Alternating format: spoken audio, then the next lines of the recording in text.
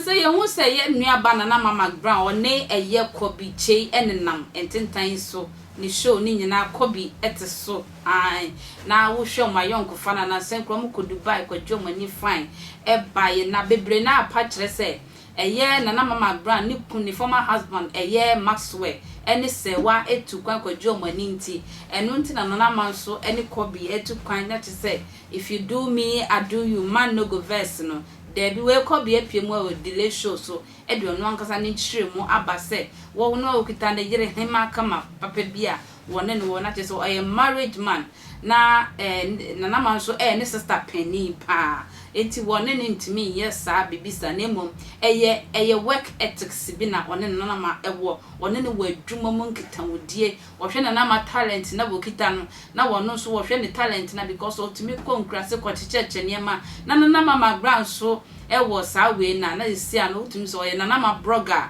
ewo so okoba bia wone ne ko na se bia okobie nana ma na ntam na wone na da ehwe mu niema de bibisa ni ho eni mmia ba penny kroji a wono ukita na yire ahofedua entu nana ma enne busua be ye busua ba kuna mo bibia sa enim ma yentie Kobby eni delay emra ushia Mcbrown enso wo hefa Misha Nana, I think somewhere last year.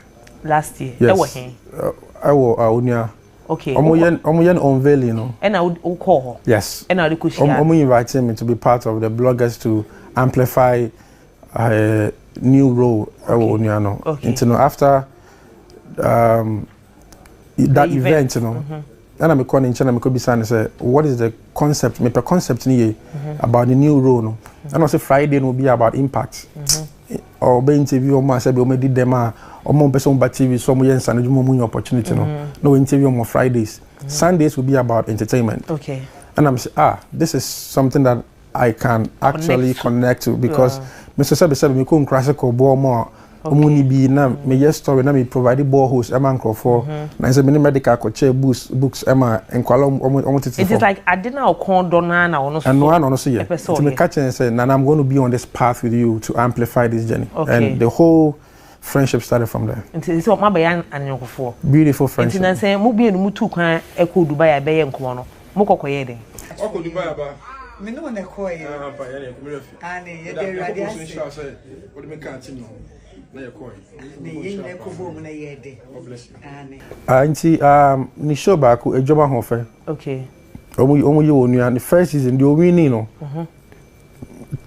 One of the package on the price package was to spend like have a trip to Dubai. Okay. And I'm Mr. Menina and I'm a blogger on the show and everything. Na mucha picture nipa no win e ma fa na nka picture no. Oh no can. So we there are many try na there na ye ko airport no. Ba na nipa na win so me try na be. Okay. But menina there na ebe nsem be. Okay. It's Amazing TV be can say me ni hobby.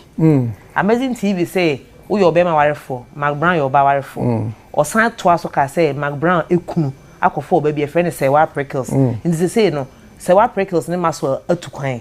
Nti mumu enu hu ye no. E na mo de ho ani bre. E na mo so ka say na enso ye ku Dubai na ya am na show. Nti o say competition mu ye say de mo ye de enya asem kuma kra. Nti no e asam a me na me ka wa ha na asam a wa TV. Oh mate. Me sure. What ye na mo ka fa. I think it's just one of those things because me cry no me who say yes say only sebe Amrado Trimprana na yamwa because Amrado is a young talent coming up and with your influence you needed to support Amrado genuinely. Okay. And you from afar no you guys in question can delay be adwuma na delay so I then abwa. Okay. But people were just trying to orchestrate things. Okay. Into mumu mienu de na ye kan sisi ya. Into just to I mean made a statement in relation to what the buy. It's just a healthy friendship. You call Dubai and Bibia. Ubaye wa beka oyire. Oyire friends abna na akusua. Adwa. Oyire adwa beka no ho asem a ebo na asefo. Nti obi badwe se nka wuku Dubai de anka oyire adwa. Ena wo se nka odi wachi no ko. Na we de mumienu no ena mumienu mu koye. Ena Amazing TV nko na mmegina so. I think it was just work ethics. We just work ethics and we respect the boundaries. That's it. Okay. It's the first how you married man.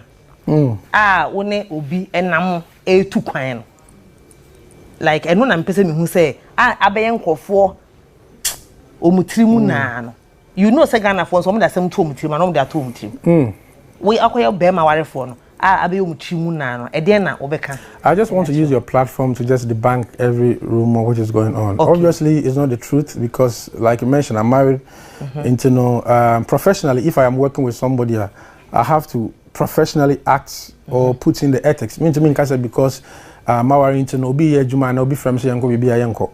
What I say. So just to the rumors out there, you know, my work or my relationship with Mcbrown has got nothing to do with the fact that we are together or something. Okay. It is just basically work ethics, and we respect that boundary very much.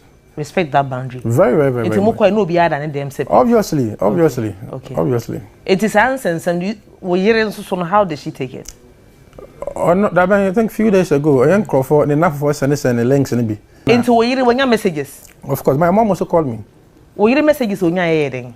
Oh, no one can't, was so near. But no details on the one. No. Do you think say Hannah? She doesn't discuss that. I'm fun okay. Because she knows that my working with Nana is purely work ethics. Okay. It's solely like work. Okay, and also my message send it by. Oh no, my friend days ago na menene kasa no say jina line so.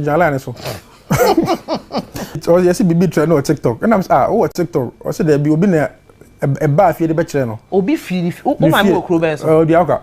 O ma me odiapa. And obi fie ni fie ko odiapa ma ne ho. E be ka che o ma me say den. Say me ne Nana e date. No, you say me just sign no I should stay focused. Until foot when I buy. I say I should just stay focused. Okay. I'm carrying some panic job. We there just the beginning. Okay. We be beba. Until no nya botre. E ba e beka. Nana mama Mcbrown kasa your mama ntia ne ho samba sa na yanka. Ai. Nana mama ye sure say obekọ eyisa. Sisi obepe papa. Sisi ankola na dos. Obepe papa. Ekwentwa.